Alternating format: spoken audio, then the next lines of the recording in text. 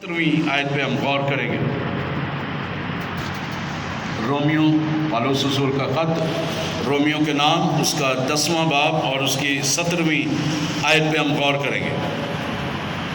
پس ایمان سننے سے پیدا ہوتا ہے اور سننا مسیح کے کلام سے۔ پس ایمان سننے سے پیدا ہوتا ہے اور سننا مسیح کے کلام سے۔ خداوند اس کلام کے وسیلہ سے ہم تمام کو خدا بڑی برکت بخشے، آمین۔ اب بڑی خوبصورت بات پالوس رسول نے روموں کی کلیسیا کو یہ لکھا ہے، ایمان سننے سے پیدا ہوتا ہے۔ جب ہم سنیں گے تو مسئلے حل ہو جاتے ہیں۔ بس ایمان سننے سے پیدا ہوتا ہے۔ اگر چاہتے ہیں کہ آپ کی زندگی میں ایمان کثرت سے کام کرے تو خدا سے اس حص کو مانگے جو سننے والی ہے، the spirit of listening، سننے کی روح خدا سے مانگے کہ خدا ہمیں سننے کی روح عطا کرے تاکہ ہمارے اندر جو ہے وہ ایمان پیدا ہو۔ اور آگے لکھا ہوا ہے اور سننا مسیح کے کلام سے۔ جب ہم اس روح کو مانگیں گے خدا سے، سننے کی روح، اور پھر سننے کی روح ہماری زندگی میں آئے گی تو یقیناً پھر ہم کلام پر غور کریں گے، کلام پر دھیان کریں گے۔ اور جب ہم نے کلام پر دھیان کر لیا، کلام پر غور کر لیا، کلام کو سمجھ لیا، کلام کو اپنے دل کی تختی پر لکھ لیا، کلام کو اپنے دل میں بٹھا کر گھنٹوں گھنٹے اس پر سوچو بچار جب ہم کریں گے تو پھر ہمارے اندر جو ہے وہ ایمان پیدا ہونا شروع ہو جائے گا۔ یہاں پہ میں آپ کو ایک ایگزامپل دیتا ہوں ایمان کے تعلق سے، کہ جب انسان ایمان چاہتا ہے کہ اس کے اندر وہ ایکسلریٹ کرے، وہ آگے بڑھے، وہ ایمان ترقی کرے، تو ایک بہن وہ بیمار پڑ گئی، اسے کینسر ہوا اور ڈاکٹروں نے اسے لا علاج قرار دے دیا۔ ڈاکٹروں نے کہا کہ آپ 1 ماہ صرف زندہ رہ سکتی ہیں۔ وہ پریشان نہیں ہوئی، وہ گھبرائی نہیں۔ اس نے ایک چیز ڈاکٹروں سے کہا، مجھے 1 ماہ کے لیے ہاسپٹل میں رہنے دیں۔ نے کہا بی پیسے لگیں گے۔ اس نے کہا کوئی بات نہیں۔ وہ 1 ماہ ہاسپٹل میں رہی، پرائیویٹ کمرے میں رہی، اور اس نے اپنے گھر والوں سے کہا کہ مجھے بائبل مقدس لا کر دے دیجیے، اور ساتھ ہی ساتھ مجھے چند پیپر بھی مجھے دے دیجیے اور ایک پین بھی مجھے دے دیجیے۔ اور اس نے وہ بائبل لے کر، اس پیپر کو لے کر، اس پین کو لے کر بائبل مقدس میں جہاں جہاں پر ایمان کے تعلق سے، شفا کے تعلق سے، زندگی کے تعلق سے وہ کلام لکھا ہوا تھا، وہ وہاں پہ لکھ دی جاتی تھی پیپر۔ اس نے پیپر پر لکھا، اٹھی ہے، چاروں دیواروں پر اس نے سارے حوالوں کو لکھا ہوا وہ دیواروں پر لگا دیا۔ اور جو ہی اس نے لگایا اور اس نے وہ پڑھنا شروع کیا، محض بچوں کی طرح جب وہ پڑھتے ہیں اس طرح نہیں، بلکہ اس طرح سے پڑھا کہ وہ کلام اس کے اندر اثر کرے۔ جیسے جیسے وہ کلام پڑھتی جاتی تھی، ہر روز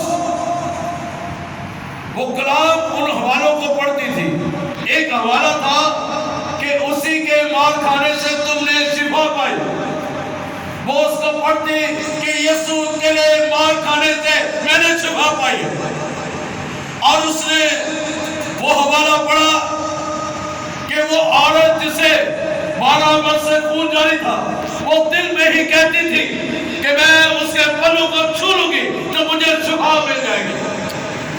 وہ ہر روز اس طرح کے حوالہ جات کو وہ پڑھتی رہی، ایک ماہ کے تک وہ مسلسل ان کو پڑھتی رہی، اور ایک وقت آیا کہ اس کے اندر ایک ایسا ایمان پیدا ہو گیا، اس کے اندر ایک ایسی ایمان کی قدرت پیدا ہو گئی، اور اس نے اپنے آپ کو تر و تازہ محسوس کرنا شروع کیا۔ اور جب ڈاکٹر ایک ماہ کے بعد آئے اور انہوں نے کہا بہن جی یہ کمرہ ہمیں دے دیں، ہم نے مریض آیا، اور جو ہے آپ مہربانی کر کے بل ادا کر دیں اور کمرے کو خالی کر دیں۔ اس نے کہا بالکل ٹھیک ہے میں کر دیتی ہوں، لیکن پہلے میرے ٹیسٹ کریں۔ اس نے کہا بی بی جی ہم نے کہا آپ کو آپ کا ٹائم مقرر ختم ہو چکا ہے۔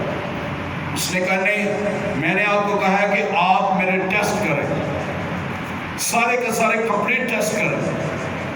اور جب انہوں نے کمپلیٹ ٹیسٹ کیے تو میرے عزیزوں وہ بہن بتاتی ہے تو ڈاکٹر جو تھے وہ پریشان ہو گئے، وہ حیران ہو گئے، وہ شستر ہو گئے، اور انہوں نے اپنے دانتوں کے نیچے انگلی دبا لی، اور ان کی آنکھیں کھلی کی کھلی رہ گئی، اور کہنے لگے کہ بہن جی آپ نے کیا کھایا ہے؟ اور اس نے کہا کہ میں نے کچھ نہیں کھایا، میں نے ایک چیز کھائی ہے، اور وہ زندہ خدا کا کلام کھایا ہے، جس نے مجھے پتا ہے، جس نے میرے سارے ٹیسٹوں کو کلیئر کیا ہے، جس نے کینسر کو ڈاکٹری طور پر ختم کیا ہے۔ ہاللیلویا۔ اور ڈاکٹر نے کہا بہن جی آپ کا ایمان بہت بڑا ہے، آپ کے ایمان نے یقیناً آپ کے ٹیسٹوں کو ٹوٹلی طور پر کلیئر کر دیا، جائیں اور جتنی خدا نے آپ کو زندگی دی ہے بس کریں۔ ہاللیلویا۔ اور آپ کو ایک بہت بڑی خاتمہ ہے، اور وہ دنیا میں خدمت سر انجام دے رہی ہے، بہت سی لوگ اس کے وسیلہ سے نجات پائے۔ بس ایمان سننے سے پیدا ہوتا ہے، سننا اسی کے کلام سے۔ جب آپ اس ایمان کو جو آپ کے اندر ہے اس کو تحریک دیں گے کہ وہ آپ کے اندر کام کرے۔ میں آج آپ کو ابھارنا چاہتا ہوں، اگر آپ بیماری میں ہیں، کسی بھی حالات میں ہیں، آپ پیچھے نہ ہٹیں۔ اگر آپ کلام نہیں پڑھ سکتے تو جو کلام آپ کو یاد ہے، یا آڈیو بائبل کا درس ملتی ہے، آپ ان کو سنیں۔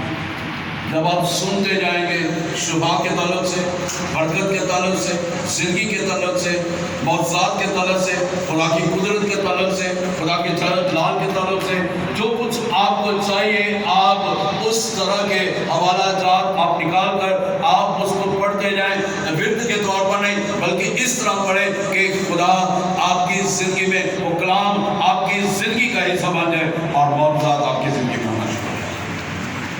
آج میں آپ کو ابھارنا چاہتا ہوں کہ آپ ایمان کو جو آپ کے اندر رکھا ہوا ہے خدا نے، اس کو تحریک دیں، اس کو جگائیں، اس کو کلام قدس سنائیں تاکہ وہ آپ کا ایمان آگے بڑھے۔ ہاللیلویا، ہاللیلویا۔ آئیے ایک اور حوالہ دیکھتے ہیں، مرکز کی انجیل کا کتاب۔ Praise God۔